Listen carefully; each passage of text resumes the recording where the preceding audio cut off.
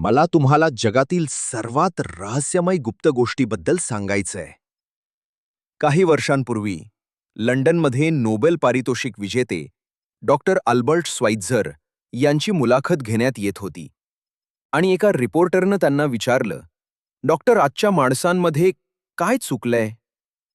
तेव्हा महान डॉक्टर क्षणभर शांत राहिले आणि मग म्हणाले, माणसं फक्त विचार करत नाहीत. याच विषयावर मला तुमच्याशी बोलायचंय. आज आपण एका सुवर्ण युगात जगत आहोत. हे असं युग आहे ज्याची मानवाने हजारो वर्ष वाट पाहिली, स्वप्न पाहिले आणि त्यासाठी काम केले. पण आता ते इथे असल्यामुळे आपण ते गृहीत धरतो. अमेरिकेत राहणारे आम्ही विशेषतः भाग्यवान आहोत की आम्ही पृथ्वीवर अस्तित्वात असलेल्या सर्वात श्रीमंत भूमीत राहतो, जिथे प्रत्येकासाठी भरपूर संधी आहेत. पण तुम्हाला माहित आहे का काय होतं? चला, आपण 100 माणसं घेऊया जे 25व्या वर्षी एकाच पातळीवर सुरुवात करतात. तुम्हाला काही कल्पना आहे का की 65 वर्षांचे होईपर्यंत त्या माणसांचं काय होईल? ही 100 माणसं जे सर्व 25व्या वर्षी एकाच पातळीवर सुरुवात करतात, त्यांना वाटतं की ते यशस्वी होणार आहेत.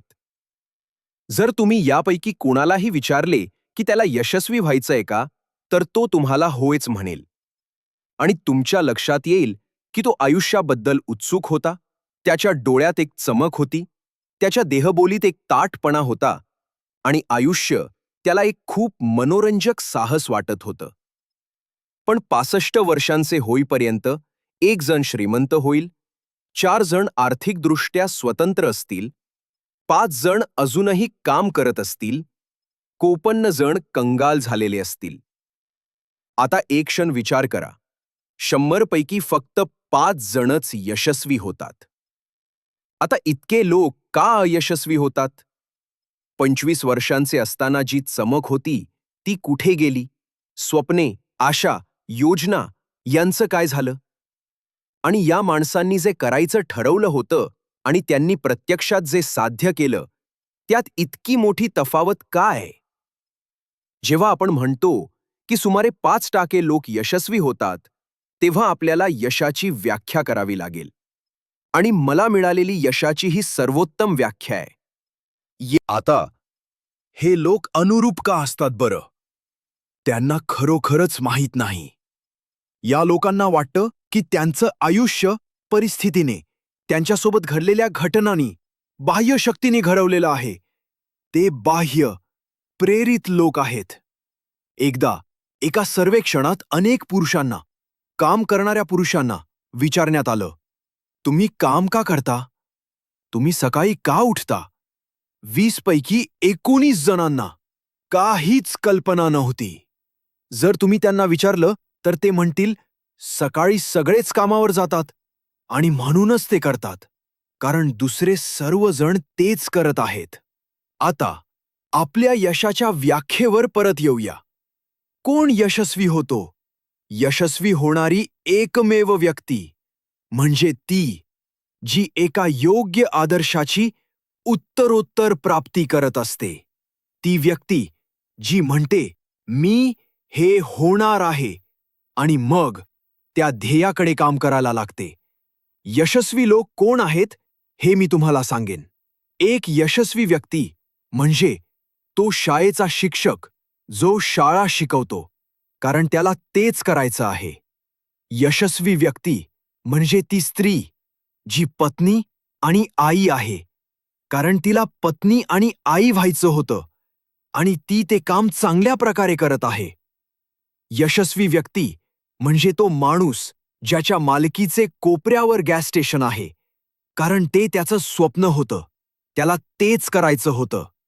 यशस्वी व्यक्ती म्हणजे तो यशस्वी विक्रेता ज्याला उच्च दर्जाचा विक्रेता व्हायचं आहे आणि आपल्या संस्थेसोबत वाढायचं आहे. यशस्वी व्यक्ती म्हणजे तो कोणीही जो जाणून बुजून पूर्वनिश्चित काम करत आहे, कारण त्याने ते जाणून बुजून करायचं ठरवलं होतं. पण 20 पैकी फक्त एकच जण तसं करतो. म्हणूनच आज खरोखर कोणतीही स्पर्धा नाही जोपर्यंत आपण ती स्वतःसाठी तयार करत नाही. स्पर्धा करण्याऐवजी आपल्याला फक्त निर्मिती करायची आहे. तुम्हाला माहीत आहे, 20 वर्षांपासून मी अशी किल्ली शोधत होतो जी माणसाच्या आयुष्यात काय घडेल हे ठरवेल. अशी किल्ली होती का? मला हे जाणून घ्यायचं होतं की कोणती गोष्ट भविष्याला असे वचन देईल की आपण मोठ्या प्रमाणात ते वर्तवू शकू. अशी आपण फक्त इंजिन सुरू करूया आणि त्याला जाऊ देऊया. मला वाटतं तुम्ही माझ्याशी सहमत असाल की जर ते बंदरातून बाहेर पडलेच तर ते एकतर बुडून जाईल किंवा एखाद्या निर्जन समुद्र किनाऱ्यावर एका मोडक्या स्थितीत पोहोचेल. ते कुठेही जाऊ शकत नाही कारण त्याला कोणतेही गंतव्यस्थान आणि कोणतेही मार्गदर्शन नाही. आणि माणसासोबतही तेच आहे. उदाहरणार्थ विक्रेत्याला घ्या. आज जगात चांगल्या विक्रेत्याच्या भविष्यासारखे दुसरे कोणाचेही भविष्य नाही. जर आपण यात चांगले असाल आणि आपल्याला कुठे जायचे हे माहीत असेल तर विक्री हा जगातील सर्वाधिक पगार मिळवणारा व्यवसाय आहे. प्रत्येक कंपनीला उच्च श्रेणीतील विक्रेत्यांची गरज असते आणि ते त्या लोकांना बक्षीस देतात. त्यांच्यासाठी आकाश मर्यादा आहे. पण असे किती जण तुम्हाला मिळतील? कोणीतरी एकदा म्हटले होते, मानवी वंश असा तयार केला गेला आहे की तो बलवानांना जिंकण्यापासून थांबवत नाही तर दुर्बळांना हरण्यापासून थांबवतो. आजच्या अमेरिकन अर्थव्यवस्थेची तुलना युद्धाच्या काळातल्या काफिल्याशी करता येईल. संपूर्ण अर्थव्यवस्था आपल्या सर्वात कमकुवत दुव्याचे संरक्षण करण्यासाठी मंदावली आहे.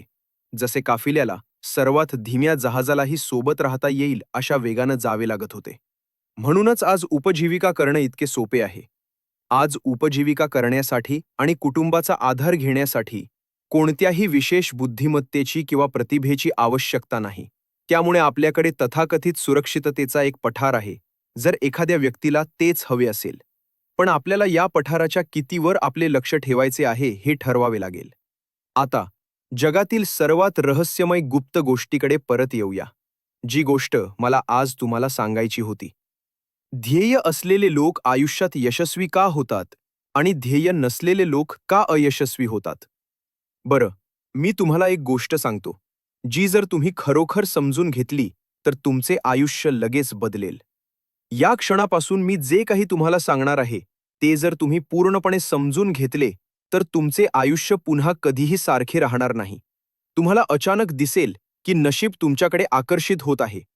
तुम्हाला हव्या असलेल्या गोष्टी आपोआप जुळून येत आहेत आणि यापुढे तुम्हाला समस्या, चिंता किंवा कदाचित तुम्हाला पूर्वी अनुभवलेली ती चिंतेची गाठ यांचा सामना करावा लागणार नाही. शंका, भीती, आपल्याला फक्त शांतपणे असे वागण्याची गरज आहे की ती गोष्ट खरी आहे आणि ती आपल्या जीवनाशी अशा प्रकारे जोडली जाईल की ती अपरिहार्यपणे खरी होईल. ती सवय आणि भावनांशी इतकी एकरूप होईल की त्यातील आपले हित विश्वासाने वैशिष्ट्यीकृत होईल. आणि ते असेही म्हणाले, जर तुम्हाला एखाद्या परिणामाची पुरेशी काळजी असेल तर तुम्ही तो जवळजवळ निश्चितपणे प्राप्त कराल. जर तुम्हाला श्रीमंत व्हायचे असेल तर तुम्ही श्रीमंत व्हाल. जर तुम्हाला शिकलेले व्हायचे असेल तर तुम्ही शिकलेले व्हाल. जर तुम्हाला चांगले व्हायचे असेल तर तुम्ही चांगले व्हाल. फक्त तुम्ही मग या गोष्टींची खरोखर इच्छा केली पाहिजे आणि त्यांची विशेषतः इच्छा केली पाहिजे आणि त्याच वेळी 100 इतर विसंगत गोष्टींची तितक्याच तीव्रतेने इच्छा करू नये. बायबलमध्ये मार्क 9:23 मध्ये तुम्ही वाचाल, जर तुम्ही विश्वास ठेवू शकता तर विश्वास ठेवणाऱ्यासाठी सर्व काही शक्य आहे. माझे जुने मित्र डॉक्टर नॉर्मन विन्सेंट पील यांनी हे असे मांडले, हा विश्वातील सर्वात महान नियमांपैकी एक आहे. मी खूप तरुण असतानाच याचा शोध लावला असता अशी माझी तीव्र इच्छा आहे. मला आयुष्यात खूप उशिरा याची जाणीव झाली आणि मला आढळले की देवाशी असलेल्या माझ्या संबंधाव्यतिरिक्त हा सर्वात मोठा, जर माझा सर्वात मोठा शोध नसेल तरीही महान शोधांपैकी एक आहे. थोडक्यात आणि साध्या भाषेत सांगायचं झाल्यास हा महान नियम असा आहे की जर तुम्ही नकारात्मक विचार कराल तर तुम्हाला नकारात्मक परिणाम मिळतील. जर तुम्ही सकारात्मक विचार कराल तर तुम्हाला सकारात्मक परिणाम मिळतील. हेच एक साधे सत्य आहे. ते पुढे म्हणाले, जे समृद्धी आणि यशाच्या एका आश्चर्यकारक नियमाचा आधार आहे. 3 शब्दात सांगायचे झाल्यास, विश्वास ठेवा, आणि यशस्वी व्हा. विल्यम शेक्सपियरने हे असे मांडले आहे, आपल्या शंका देशद्रोही असतात आणि प्रयत्न करण्याच्या भीतीमुळे आपण जे काही अनेकदा जिंकू शकलो असतो ते गमावून बसतो. जॉर्ज बर्नार्ड शॉ म्हणाले, लोक नेहमीच त्यांच्या परिस्थितीला त्यांच्या स्थितीसाठी दोष देतात. मला परिस्थितीवर विश्वास नाही. या जगात प्रगती करणारे लोक ते आहेत जे उठतात आणि त्यांना हव्या असलेल्या परिस्थिती शोधतात. आणि जर त्यांना आता लक्षात ठेवा, आपण मानवी मनाची तुलना जमिनीशी करत आहोत, कारण मनाला जमिनीसारखेच तुम्ही त्यात काय लावता याची पर्वा नसते. तुम्ही जे लावाल ते ते परत देईल, पण तुम्ही काय लावता याची त्याला पर्वा नाही. आता समजा त्या शेतकऱ्याच्या हातात 2 बिया आहेत. एक मक्याची बी आहे, दुसरी नाईट शेडची. एक प्राणघातक विष. तो जमिनीत 2 लहान खडे खोदतो आणि दोन्ही बिया लावतो, एक मका, दुसरी नाईट शेड. तो खड्डे झाकतो, पाणी देतो आणि जमिनीची काळजी घेतो. आणि काय होईल? अपरिहार्यपणे जमीन जे पेरले आहे तेच परत देईल. जसे बायबलमध्ये लिहिले आहे, जसे पेराल तसेच उगवेल. आता लक्षात ठेवा, जमिनीला पर्वा नाही. ती मक्या इतकीच अद्भुत विपुलतेने विष देखील परत देईल. तर दोन्ही झाडे उगवतात, एक मका, एक विष. आता मानवी मन जमिनीपेक्षा कितीतरी अधिक सुपीक, कितीतरी अधिक अविश्वसनीय आणि रहस्यमय आहे, पण ते त्याच प्रकारे काम करते. आपण काय पेरतो याची त्याला पर्वा नाही. यश, अपयश, एक ठोस, योग्य ध्येय किंवा गोंधळ, गैरसमज, भीती, चिंता इत्यादी. पण जे आपण पेरतो तेच ते आपल्याला परत दिले पाहिजे. पहा, मानवी मन हा पृथ्वीवरील शेवटचा महान अनन्वेषित खंड आहे. त्यात आपल्या वाईल्डेस्ट स्वप्नांपेक्षाही अधिक संपत्ती आहे. आपण जे काही पेरणार आहोत ते ते आपल्याला परत देईल. आता तुम्ही म्हणाल, बरं, जर हे खरं असेल तर लोक त्यांच्या मनाचा अधिक वापर का करत नाहीत? बरं, मला वाटतं त्यांना यावरही उत्तर सापडलं आहे. आपलं मन जन्मापासूनच मानक उपकरण म्हणून येतं. ते मोफत आहे आणि ज्या गोष्टी आपल्याला फुकट मिळतात त्यांना आपण कमी महत्त्व देतो. ज्या गोष्टींसाठी आपण पैसे देतो त्यांना आपण महत्त्व देतो. विरोधाभास असा आहे की याच्या अगदी उलट खरे आहे. आयुष्यात खरोखर मौल्यवान असलेल्या प्रत्येक गोष्टी आपल्याला विनामूल्य मिळाल्या आहेत. आपले मन, आपले आत्मा, आपले शरीर, आपल्या आशा, आपली स्वप्ने, आपल्या आकांक्षा, आपली बुद्धिमत्ता, कुटुंब आणि मुलांचे प्रेम, मित्र आणि देशावरील प्रेम. या सर्व अमूल्य गोष्टी विनामूल्य आहेत. पण ज्या गोष्टींसाठी आपल्याला पैसे लागतात त्या प्रत्यक्षात खूप. पहा, तो एक नियम आहे सर आयझॅक न्यूटनच्या गुरुत्वाकर्षणाच्या नियमांसारखा. जर तुम्ही इमारतीच्या छतावर जाऊन उडी मारली तर तुम्ही नेहमी खालीच जाल. तुम्ही कधीही वर जाणार नाही. आणि निसर्गाच्या इतर सर्व नियमांबद्दलही तेच आहे. ते नेहमी काम करतात. ते लवचिक नाहीत. तुमच्या ध्येयाबद्दल शांत आणि सकारात्मक मार्गाने विचार करा. तुमच्या कल्पनाशक्तीच्या डोळ्यांनी कल्पना करा की तुम्ही हे ध्येय आधीच साध्य केले आहे. जेव्हा तुम्ही तुमचे ध्येय गाठाल तेव्हा तुम्ही कोणत्या गोष्टी करत असाल ते स्वतःला करताना पहा. आपल्या युगाला थेनाबार्बिटाल युग असे म्हटले गेले आहे. अल्सर आणि नर्वस ब्रेकडाऊन आणि ट्रँक्विलायझर्सचे युग. ज्या काळात वैद्यकीय संशोधनाने आपल्याला चांगल्या आरोग्याच्या आणि दीर्घायुष्याच्या एका नवीन स्तरावर पोचवले आहे. तरीही आपल्यापैकी बरेच जण स्वतःच्या छोट्या व्यक्तिगत मार्गाने गोष्टींशी सामना करण्याचा प्रयत्न करत असताना आपल्यासाठी सर्व काही सांभाळणारे काही महान नियम न शिकता लवकरच स्वतःला अकाली मृत्यूच्या दिशेने ढकलताना दिसतात.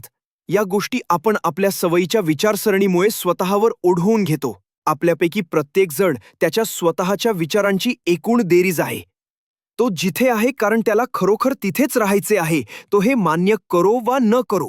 आपल्यापैकी प्रत्येकाला भविष्यात त्याच्या विचारांच्या फळावर जगावे लागेल, कारण तुम्ही आज आणि उद्या, पुढील महिन्यात आणि पुढील वर्षी काय विचार करता ते तुमचे जीवन घडवेल आणि तुमचे भविष्य निश्चित करेल. तुम्ही तुमच्या मनाद्वारे मार्गदर्शन केले जातात.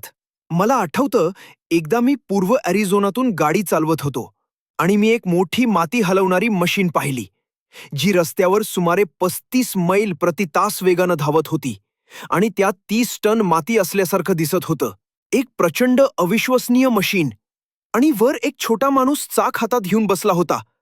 त्याला मार्गदर्शन करत होता आणि मी गाडी चालवताना त्या मशीनचं मानवी मनाशी असलेलं साम्य पाहून मला धक्का बसला. समजा तुम्ही अशा प्रचंड ऊर्जा स्रोताच्या नियंत्रणावर बसला आहात. तुम्ही मागे बसून हात बांधून त्याला स्वतःच खड्ड्यात जाऊ देणार आहात का? किंवा तुम्ही दोन्ही हात घट्ट चाकावर ठेवून या शक्तीला एका विशिष्ट योग्य उद्देशाकडे नियंत्रित आणि निर्देशित करणार आहात का? हे तुमच्यावर अवलंबून आहे. आता ही माहिती आपल्यासाठी अत्यंत मौल्यवान आहे, जर आपण ती खरोखर समजून घेतली आणि तिचा वापर केला. ती आपल्यासाठी केवळ आपल्या स्वतःच्या जीवनासाठीच नव्हे, तर आपल्या आजूबाजूच्या लोकांच्या, आपल्या कुटुंबियांच्या, कर्मचाऱ्यांच्या, सहकाऱ्यांच्या आणि मित्रांच्या जीवनासाठीही मौल्यवान आहे. आयुष्य एक रोमांचक साहस असले पाहिजे. ते कधीही कंटाळवाणे नसावे. माणसाने पूर्णपणे जगावे, जिवंत असावे. त्याला सकाळी अंथरुणातून उठण्यास आनंद वाटला पाहिजे. त्याला जे काम आवडते ते त्याने केले पाहिजे, कारण तो ते चांगले करतो.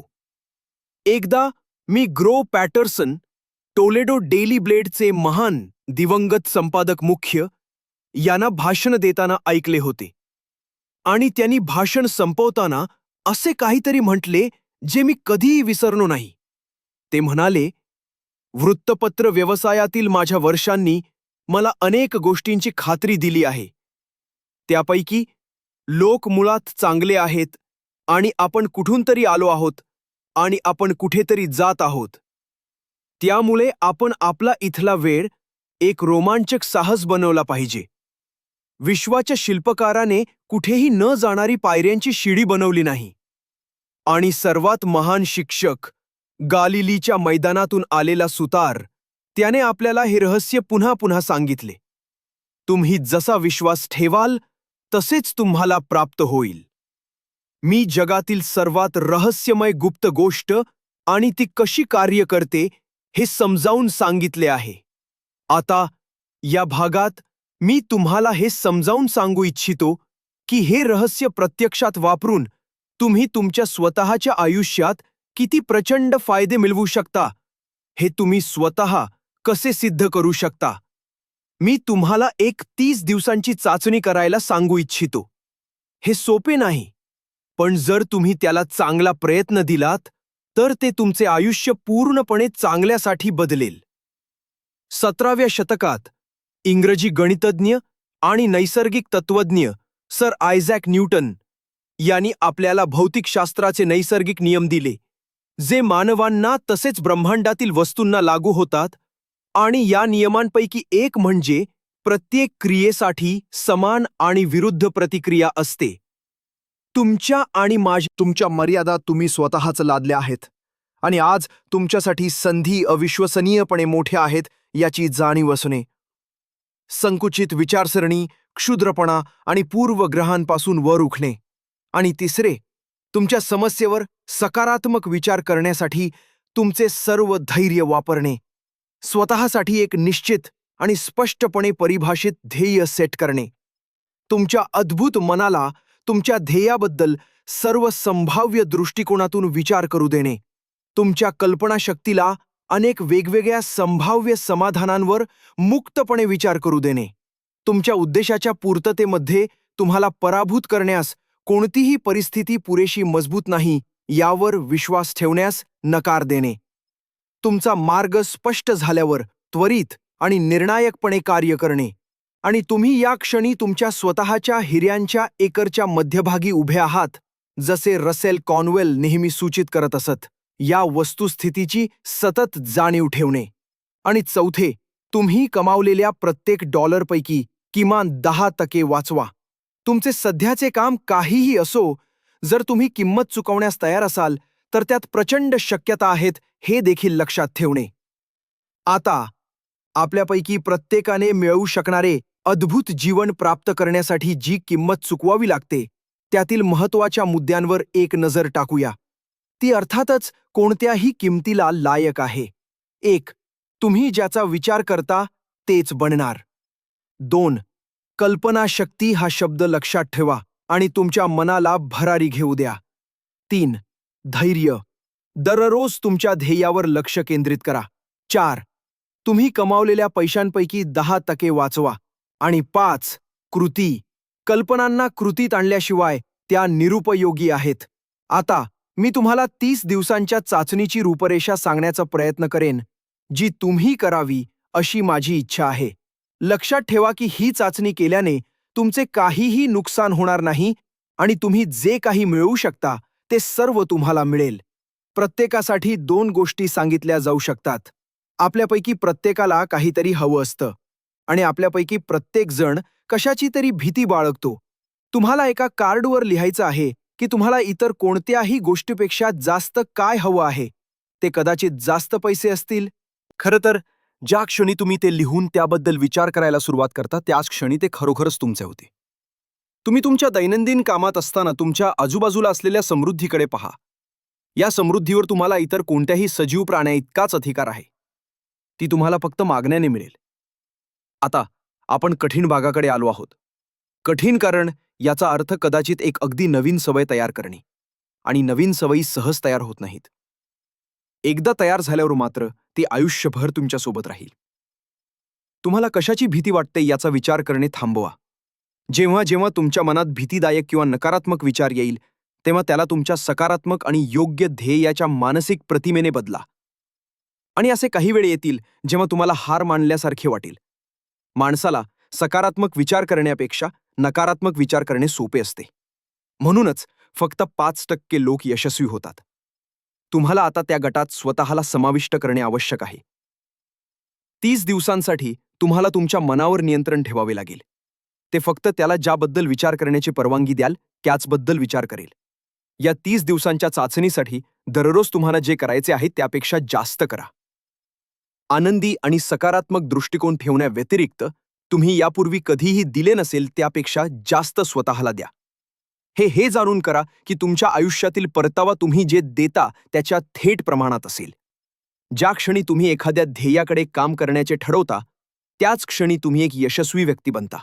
तुम्ही मग अशा दुर्मिळ आणि यशस्वी लोकांच्या श्रेणीत येता ज्यांना कुठे जायचे हे माहीत असते. प्रत्येक 100 लोकांमध्ये तुम्ही पहिल्या 5 मध्ये येता. तुमचे ध्येय कसे साध्य करणार याबद्दल जास्त चिंता करू नका. ते तुमच्यापेक्षा मोठ्या शक्तीवर पूर्णपणे सोडा. तुम्हाला फक्त कुठे जायचे हे माहीत असणे पुरेसे आहे. उत्तरे आपोआप आणि योग्य वेळी तुम्हाला मिळतील.